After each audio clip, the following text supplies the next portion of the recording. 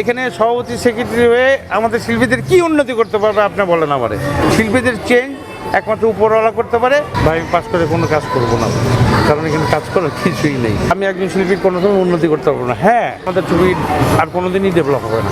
বাঙালিদের একটা সমস্যা আছে আমার মনে হয়। আমি ভাই নির্বাচনে দাঁড়িয়েছি এবার মিশা ভাই এবং ডিপজল ভাইয়ের প্যানেল থেকে। ভাই পাস করে কোনো কাজ করবো না, কারণ এখানে কাজ করার কিছুই নেই। আমি বলবো না, আমি মিথ্যা কথা বলতে পারি না, স্ট্রেট কাট কথা বলি। এখানে পাস করে করার কিছুই নেই, কারণ একজন শিল্পী আরেকজন শিল্পীর কোনোদিন উপকার করতে পারে না। প্লট রেডি, আপনি রেডি তো?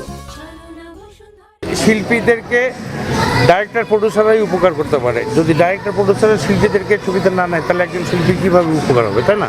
তা আমি তো ছবি বানাই না, আমি তো I am not director, I am not producer. So আমি একজন শিল্পীর কোনো সময় উন্নতি করতে পারবো না। হ্যাঁ, শিল্পীদের সুখ দুঃখের কথা শুনতে পারবো, শিল্পীদের সুখ দুঃখের কথা শুনে সেটা সমাধান করার চেষ্টা করবো, অথবা কোনো সহযোগিতার মাধ্যমে এইটুকু করতে পারবো।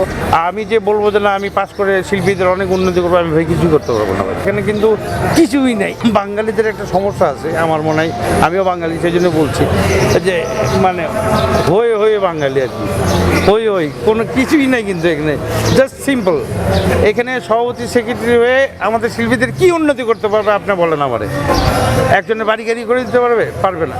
5,000 10,000 টাকা সাহায্য সহযোগিতা করতে পারবে। হ্যাঁ, ওই যে স্বার্থ সংরক্ষণ কমিটি, শিল্পীদের স্বার্থে যদি শিল্পীদের হয়তো সহযোগিতার জন্য আমরা অন্যের কাছে থাকতে পারি, অন্যের কাছে সহযোগিতা চেয়ে এনে তাকে সাহায্য করতে পারি, এইটুকু।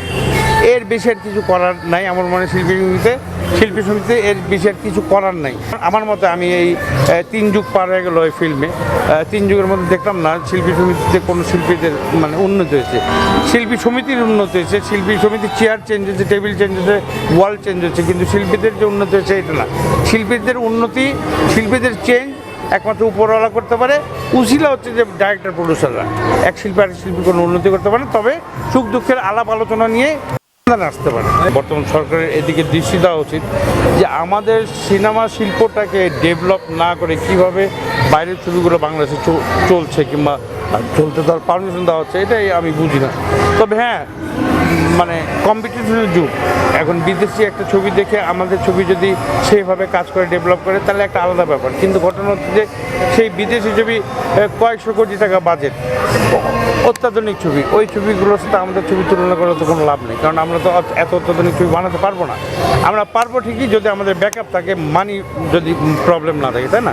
আমাদের যদি প্রডিউসাররা কয়েকশো কোটি টাকা লগ্নি করে, তাহলে আমরা ওদের থেকেও ভালো ছবি বানাতে পারবো, এটাও ঠিক। কিন্তু ঘটনা হচ্ছে ওদের মার্কেট আর আমাদের মার্কেট তো এক না। আমাদের ছবি, আমাদের ইন্ডাস্ট্রি ডেভেলপ না করে যদি বাইরের ছবিগুলো আনি, তাহলে আমাদের ছবি আর কোনোদিনই ডেভেলপ হবে না। এটা আমার মত, আমার চিন্তা চেতনা।